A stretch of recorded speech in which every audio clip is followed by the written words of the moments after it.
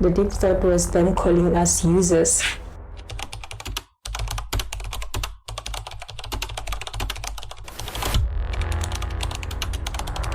That you're not in control of your mind because of social media. The changing moment of your mindset. So the video that comes next is what they suggested, and you will be thinking, well, maybe this is the kind of content that I watch, but that is actually suggested by them. Just checking one notification, then suddenly you're scrolling for 6 hours. That's bad. And I realized that what I was going through was not what I was going to be. The type of mindset that you have, I call it growth mindset. And it's what I see. I've went to school with no shoes. I've went with a plastic carrying my books to school, which is so funny. It's funny now. Yeah, it's funny now. I really thank God for your life. Is this true?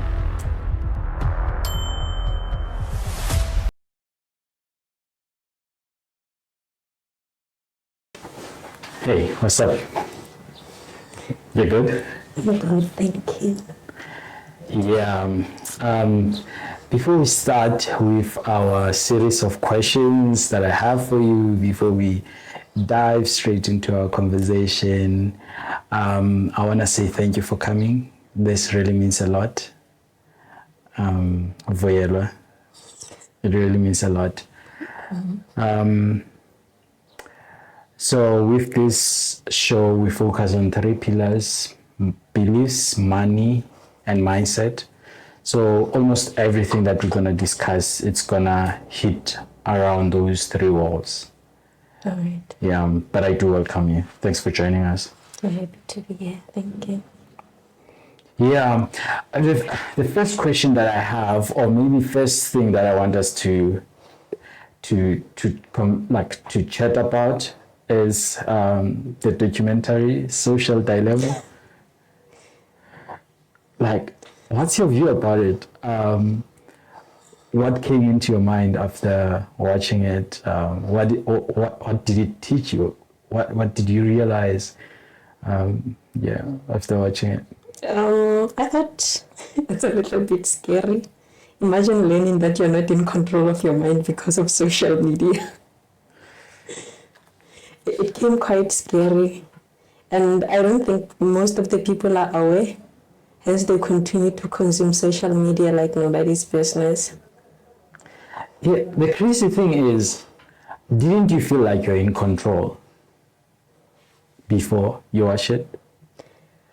I usually felt like I'm in control until they started explaining that, when you're watching a video, the video that comes next is what they suggested, and you will be thinking, maybe this is the kind of content that I watch, but that is actually suggested by them, not by you.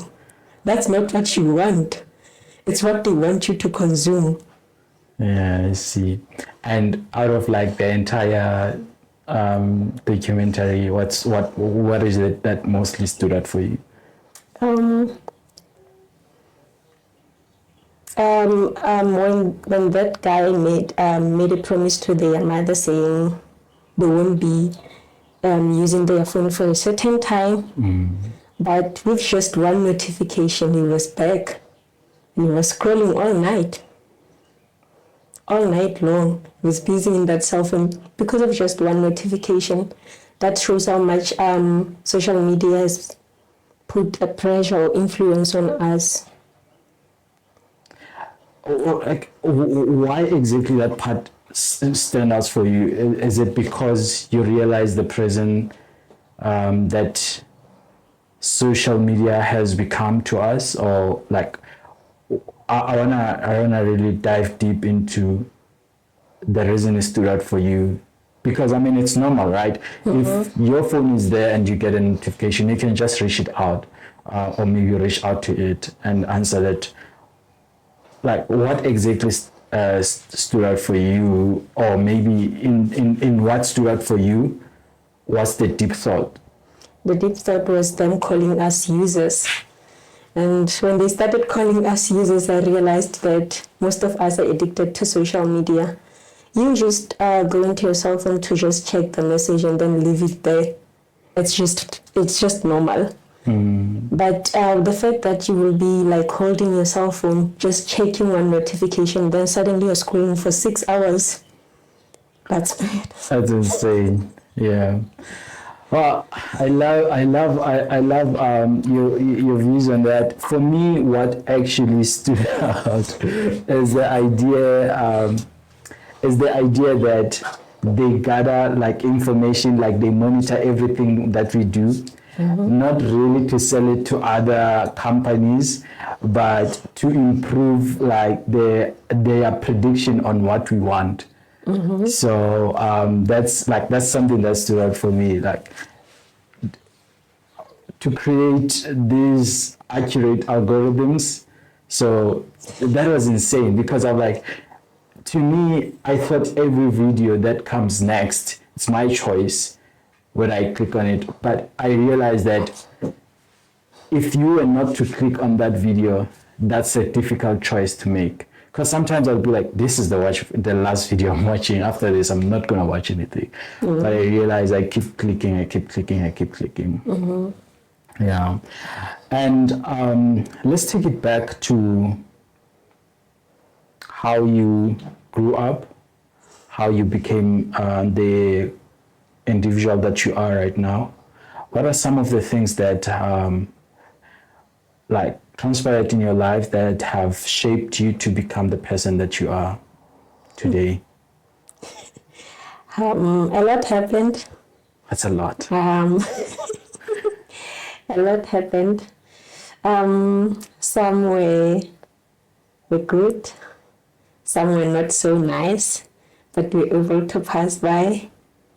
Growing up, we had a very nice family, you know. It was my father, my mother, and my siblings. Yeah. A very perfect family when you're looking from outside.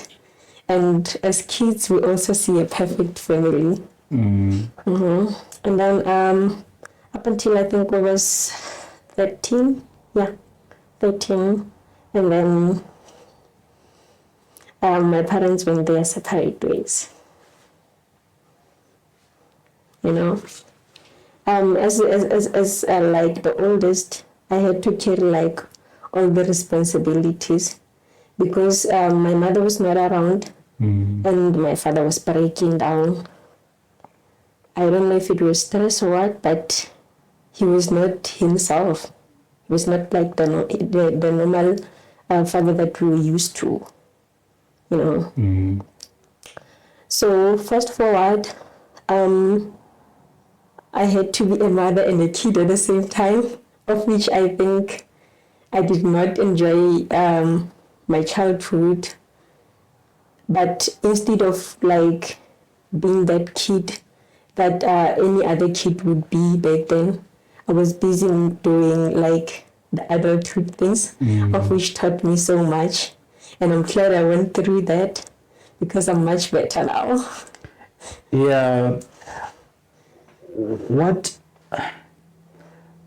did that situation do to how you view family and how you view a family for your own, of your own? If you understand my question, didn't you get this fear of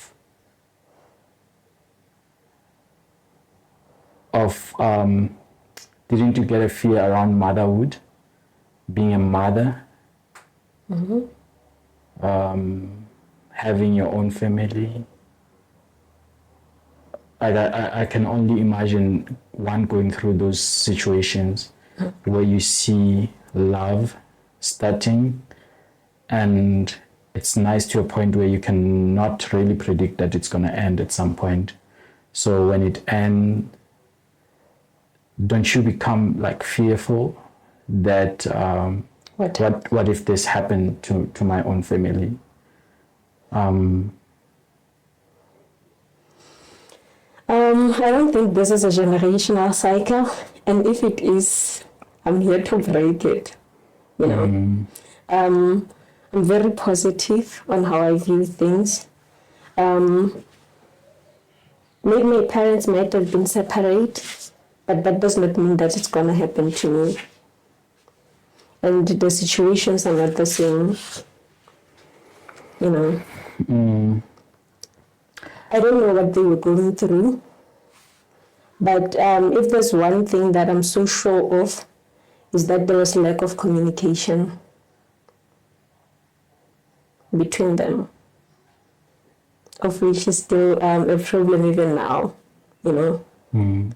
So I think while building a relationship, the foundation should be the communication between the two people that are building that relationship, to understand each other even more, how you want things, how you view things, and what the next person doesn't want, and what is it that the next person doesn't feel comfortable with.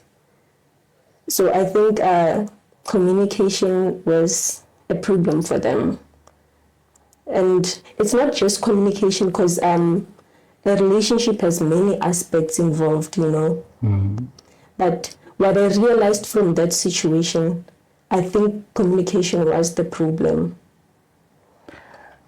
This is mind-blowing, not because it's a new thing, but because it's a problem of the community. I promise you, there are a lot of people that resonate with the type of life that life presented to you.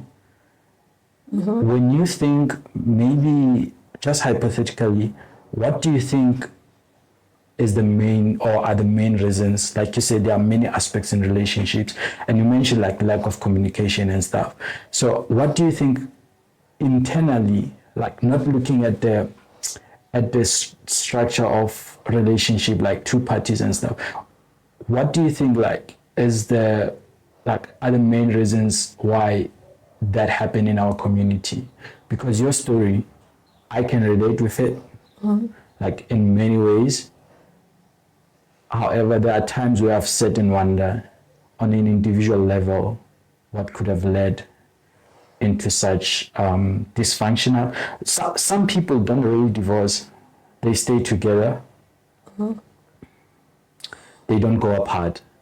They stay together because, well, you find like in some situation they cannot even afford to be apart. So they end up governing a dysfunctional family, where father will arrive late at night, or he never comes home at all. But the person is married, or the person is in a relationship. I wouldn't say I'm an expert in this topic. Yeah, but it's something that because you myself, experience, I've right? never been married, sorry. But I'm saying that it's something that you experience, you observe. Like I cannot be accurate what leads into a situation that I was never involved in, but I can run my minds around that, if you understand what I'm saying. I think one of the reasons might be like not quite understanding who is this person that you're with from the first place, you know. Because I don't think when you understood the person from the first place, then you would be acting the way you're acting, saying that you're not coming home or you're only coming late because that person is no longer there. It means you can't even stand that person if you can't come home because they are there, or you come late because they're sleeping or whatever. And I wouldn't say it's a good thing. It's a good thing for them to be doing that, but I think it's much better to leave sometimes for your own peace, because you can't keep on doing that to yourself. I see. You did mention when you started with this, like with you growing up, that you had some good times and you had some bad times. What were good times? I would say I had more of good times, because in all of whatever that was going on in my life, I chose to focus on those good times and I really enjoy it. One of the good times that I had in my life, after failing grade 8, I realized that I had so much potential. From primary, I was never part of the top 10. The first grade 8, I think I got my first top 10 certificate being number 5. I don't know how, but that happened. Those are some of the remarkable memories that I have. And then suddenly, on my second year repeating, I was this known girl. For your academics? For my academics, being in the first position. And I couldn't reason how that came into place. But I realized that I have so much potential. And I realized that what I was going through was not what I was going to be. You know. This is very interesting. So during that time when you realize your potential, things are still happening at home. Yeah, things are still happening at home. And these things are not like favorable things. No, they are not favorable. So what's interesting to me, Vuyelwa, is you building your own world. I would say building your own world, because even the good times that you're explaining, these are moments that sound like you've created for yourself. Is this true? I have. So how did you get to at that point? Because I mean, it's normal when people go through difficult situations, they will just get exhausted and want to switch off. Sometimes you wish you can just switch off your life for a certain period, not really commit suicide. But how do you get to a point to say, you know what, despite everything that is happening, I'm just going to focus on my school and create good times for me? And how did that mindset come about? I would say I had quite very positive people around me. I remember I had my uncle around and my cousin. We all went to the same school, and me being interested into being part of the top 10 and whatsoever, it was because of their influence, and me wanting more of it. It was because of them, because they were doing very good in their academics. So I also wanted to be like them, you know. Yeah. And they changed how I viewed the environment, because I thought every time maybe when I'm talking about my situation, they made me to stop seeing it as a kind of sympathetic situation, but they turned it, they encouraged me to see it as a story that would encourage other people out there, you know. What are some moments that you remember which broke you,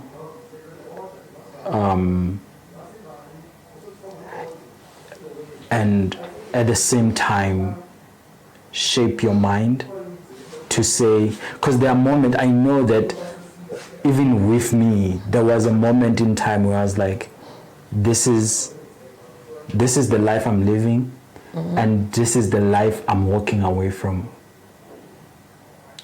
The changing moment of your mindset. Because this is where I'm going, right? For you to fail, it shows that you are not a superhuman or a top achiever. Because, okay, you might have been a top achiever, but you are not genius. I'm trying to say you are not genius. I don't know if you know the movie The Matrix. One of my favorite movies. Right? So there's a part where they fighting with Neo.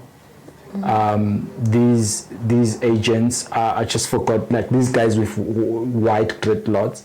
So there's a point where they are fighting with Neo, and some didn't believe Neo was actually human, and he kept diving the bullets, and at some point the bullet hit him, and one of the guys that were fighting near was like, you see, he's just a human like us. That's one of the fascinating moments when I watched that movie, that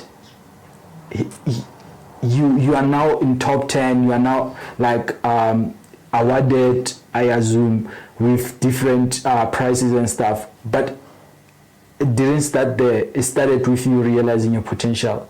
So I'm coming to a point where, at what point do you change your mindset and say, and what is it that really changed your mindset and be like, I'm really walking away from this life and I'm focusing on this? When I started doing good at school, more and more teachers started giving me like more attention, more support. Now I started seeing that more and more people are becoming interested on who is this girl. Yeah. You know, because if there's one thing I can tell you, my parents were not those parents that would go to meetings in school, so nobody knew them. And them not going there and not fetching reports made me feel like they did not like care much about my education. But having people who were caring so much about me, and they believed so much in me, made me change how I thought of things back then. And I started seeing that, oh, there are people who care. They really do, and I don't want to disappoint these people. So, and today we're here. What life means to you? How do you explain life to yourself? Like, I can tell you about me, about my explanation of life. I think life is a freedom of experiences, and everything that we are going through in between, if it's not the living of those experiences, then it's something that finance, or it's going to help us to live those experiences. But even though like the process that maybe you're working so that you can finance those desired experiences, you still have a work experience. Like you're still having an experience going on. So that's why I'm saying life for me is a freedom of experiences. And that's what life means. What does life mean to you right now, since you've seen all these things that happened? What it means to you? I would say life is like going to school. You see, when you get to school for the first time and you start feeling like, oh my God, what is happening here? Because that is not the environment that you're used to. And sadly, in life, that's what happens most of the times, because when we get new challenges, you're like, what is this now? But over time, we get through it. So life is like you said, it's what of experiences? What did you say? It's a freedom of experiences. It's freedom of experience. I see it as an opportunity to learn every day, because most of the times it changes almost every day. So I see it as an opportunity to learn and to become better, of which is what I think we are here to do, to learn and become better. I want to ask this question. How do you get out of problems or situations that seem to be impossible for you? Asking this question, a lot of people I know have different way out. Some use the laws of the universe, some use like meditation, some pray, but it's different things for different people. I'm talking about situations where an individual, because they do happen in one's life, an individual feel like, I've tried so hard and so much, and everything that I've tried didn't work. It seems like this situation is my fate. How do you think, and how do you come out of such situations? For example, this year, beginning of the year, it was not quite so good. Yeah. Because I had no funding. So normally when I go through things like that, where I don't have control over them, the first thing I would do is to cry. I cry a lot when I have problems, but that does not mean I won't be doing anything. That does not mean I'll be just crying there and thinking, oh, an angel will come one day and rescue me out of this. I normally cry, and I don't believe in crying. I believe in doing, making things happen for myself. You know. So I'm that kind of person who like doing things for themselves.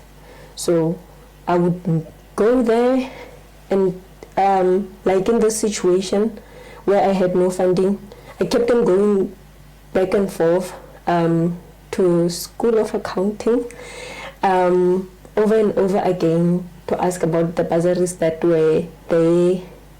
Also went to the finance department to ask about those bursaries, and finally God came with another plan, of which was not what I planned. Yeah. But it was a good one for me. And I also pray too. It helps a lot. Yeah, I see. If you had to talk to the young you who was going through the same experience that you went through, what is it that you know that they need to hear and you tell them? I would say to them, some of the battles are not for you. Some of those battles are not for you, and just know God brought you here, and He wouldn't give you the things that you can't handle. If you're going through a situation and you feel like it's the end of the world, it's not.